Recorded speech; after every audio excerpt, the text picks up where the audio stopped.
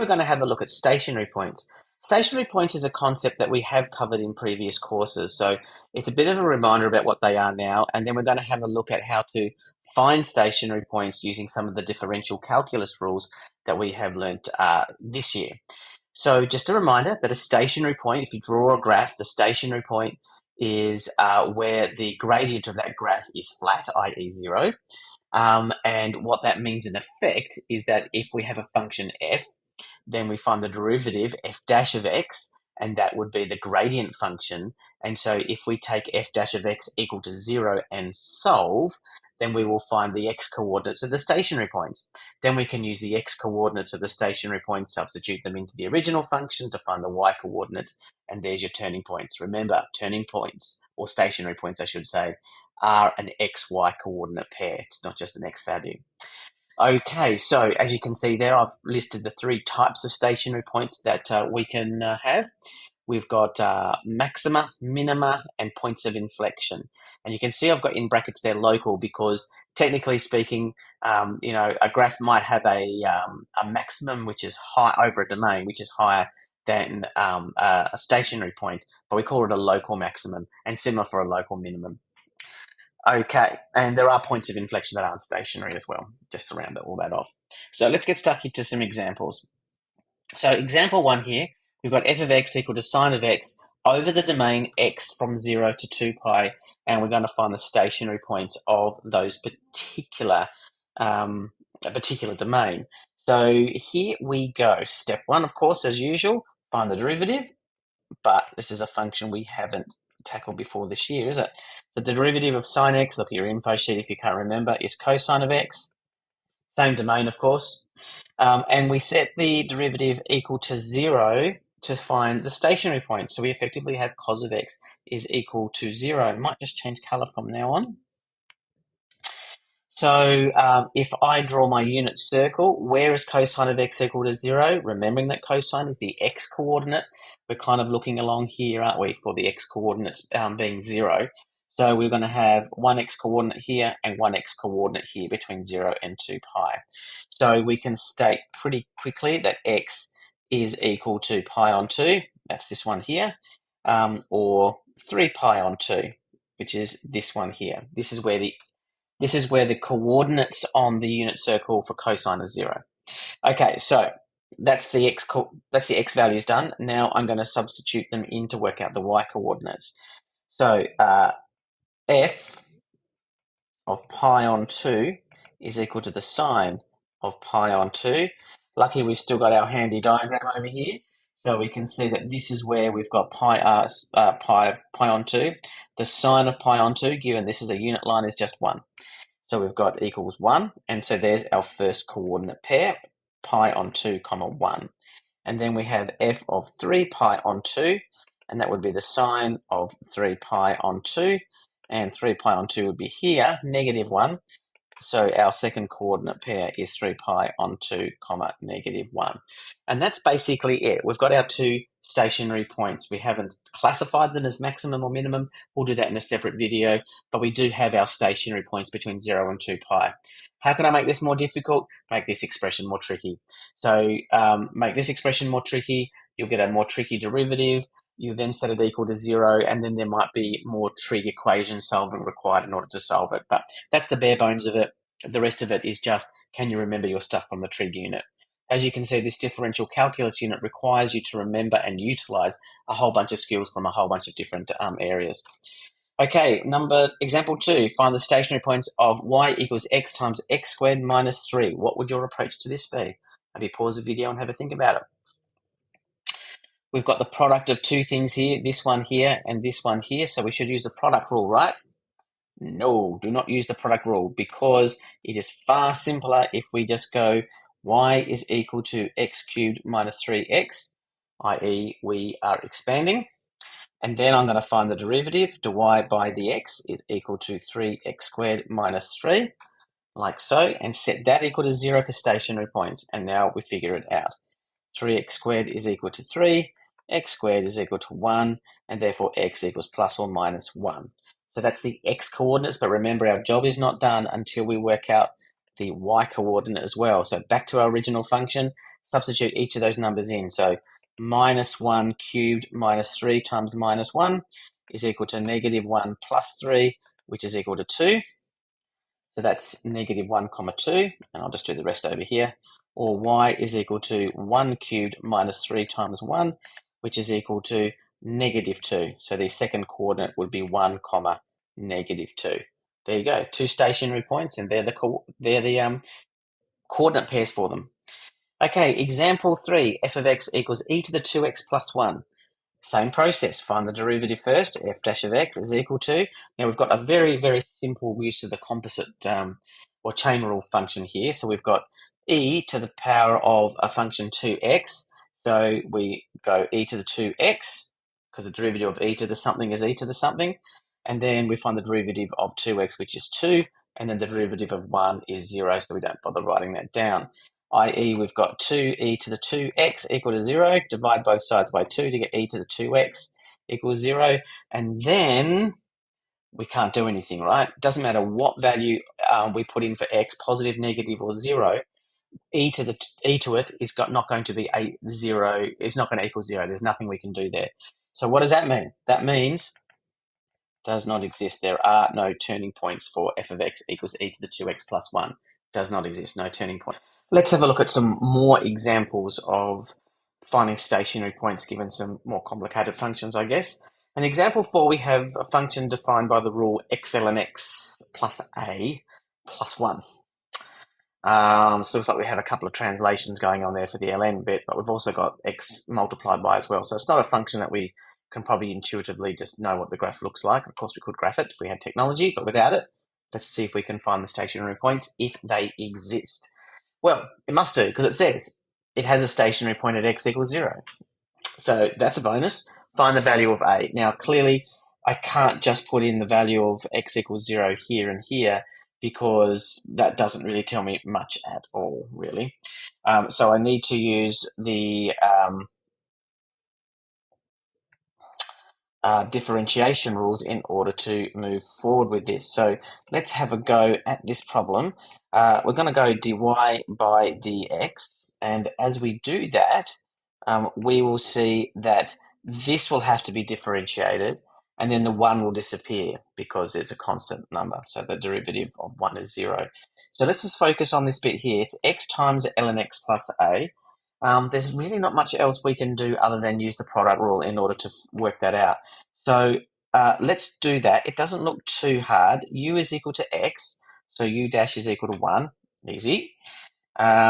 V equals the ln of x plus a, and v dash is equal to 1 on x plus a, and using the chain rule, the derivative of x plus a is just 1, so there's no need to go any further than that. So inside out, we've got dy by dx equaling 1 multiplied by ln of x plus a,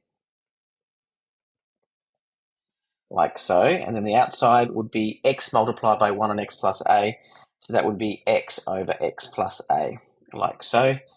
And it's a stationary point, so that's going to equal 0. Okay, that looks complicated, but it's not too bad because we just need to use that extra bit of information to simplify what we're seeing, and that is x is equal to 0.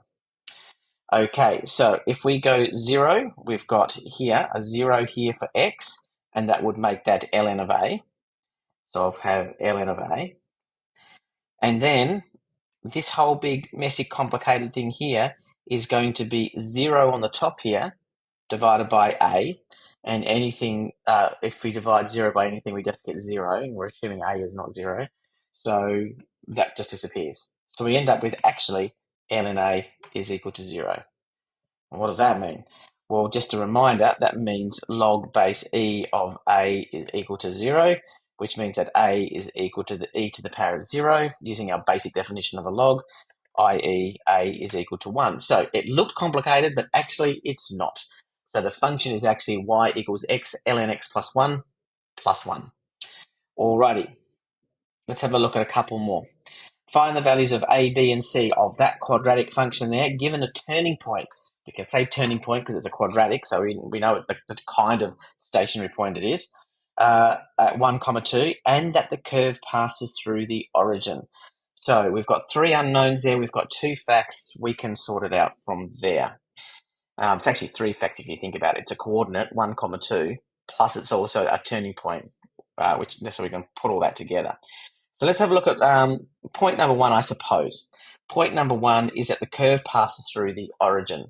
Now, that means, visually, I don't know whether it goes up or down. It could be concave up, concave down, but I know that the curve is going to pass through here, which means that it must have an x and a y intercept of 0, 0, right?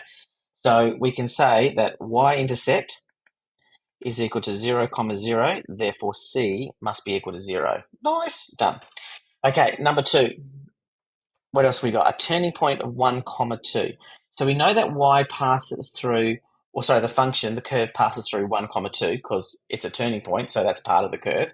But let's go for the derivative first, y by dx, and that gives us 2ax plus b, and the c, being a constant value, disappears. P.S. we know that c is 0 now, so it's disappeared one way or the other. And because it's a turning point, that is equal to 0. Okay. When x equals 1. So we have 2a plus b is equal to 0. Okay, using that fact that the turning point is at 1, 2. So there is an equation. We also know that y is equal to, I'll go even further than that. We also know that 2, the y coordinate of the turning point, must be equal to ax squared plus bx plus c, where x equals 1. So we're going to have a times 1 squared plus b times 1 plus c, which we know is 0. So we've got 2 is equal to a plus b, and that is a second equation. 2 equations, 2 unknowns, we can solve that. So I am going to go, let me see now, 1 minus 2, like so. So let me line them up. I think it's important to not do this in your head if you can handle it, because it's easy to make silly little mistakes. So I've got 2a plus b is equal to 0, and then I'm just going to reorder this so they're in order of same term. So a plus b is equal to 2, and I am subtracting those, and that gives me 2a minus a is a, b minus b is 0, and 0 minus 2 is negative 2. So we've got a is equal to negative 2. Hooray! Now I'm going to substitute a equals negative 2 into one of the equations. Doesn't matter which one, I'll do it into equation 1. So we've got 2 multiplied by negative 2 plus b is equal to 0. So 2 times negative 2 is negative 4. Add negative 4 to both sides to get b is equal to 4. So it says find the values of a, b, and c, so we can summarize by saying, therefore, a is equal to negative 2, b is equal to 4, c is equal to 0. It's really important to summarize at the end, even in an exam, because the more you can highlight where your answer lies, the easier you're making it for the examiner to find marks for you. They have to hunt for them and they miss them, then, things can happen. So as much as you can, try and make it nice and clear for the marker. Note that I'm not writing what the equation is. I could do quite easily y equals negative 2x squared plus 4x. I could do that, but it didn't ask for that, so I'm not going to write that down. I'm not going to waste time doing that. If I had time, I could put it into my equation here. What have I got? Minus 2 and 4. Minus 2 plus 4 does equal 2, so the check is done there. So that's cool. So one more example. Find the x-coordinates of the stationary points of the curve f of x equals x cubed plus 8 to the power of n, where n is an integer that is positive. Don't really need that bit there. I'll get rid of that. There we go. N is a positive integer, so n could be 1 or 2 or 3 or 4 or 5, etc. Okay, so it looks more complicated than it is. We are looking for x coordinates, so that's telling us don't bother trying to find the y coordinates. We're not looking for points, we're looking for coordinates. Number 2, they're stationary points, so we know automatically that means we're looking for what happens when the derivative is set equal to 0. And the rest of it, how does that affect the n bit? I don't know. So a good mathematician doesn't stop with I don't know, they start with I don't know. Let's have a look at the derivative, f dash of x, and let's apply our standard derivative rules. We have an n there as a power, so we're going to bring the n down like so, and then we're going to have the inside kept the same. What rule am I using here? And then I'm subtracting 1 from n, and that would give me n minus 1. So a little bit of algebra thinking here. But we haven't finished because this is also a chain rule problem, so we need to find the derivative of the inside as well. And the derivative of x cubed plus 8 is 3x squared. So we're done. Finally, that is equal to 0. Tidying up, because we're looking for stationary points. We've got 3nx squared multiplied by x cubed plus 8 to the power of n minus 1 is equal to 0. And we now need to solve for x, and that uses stock standard null factor law.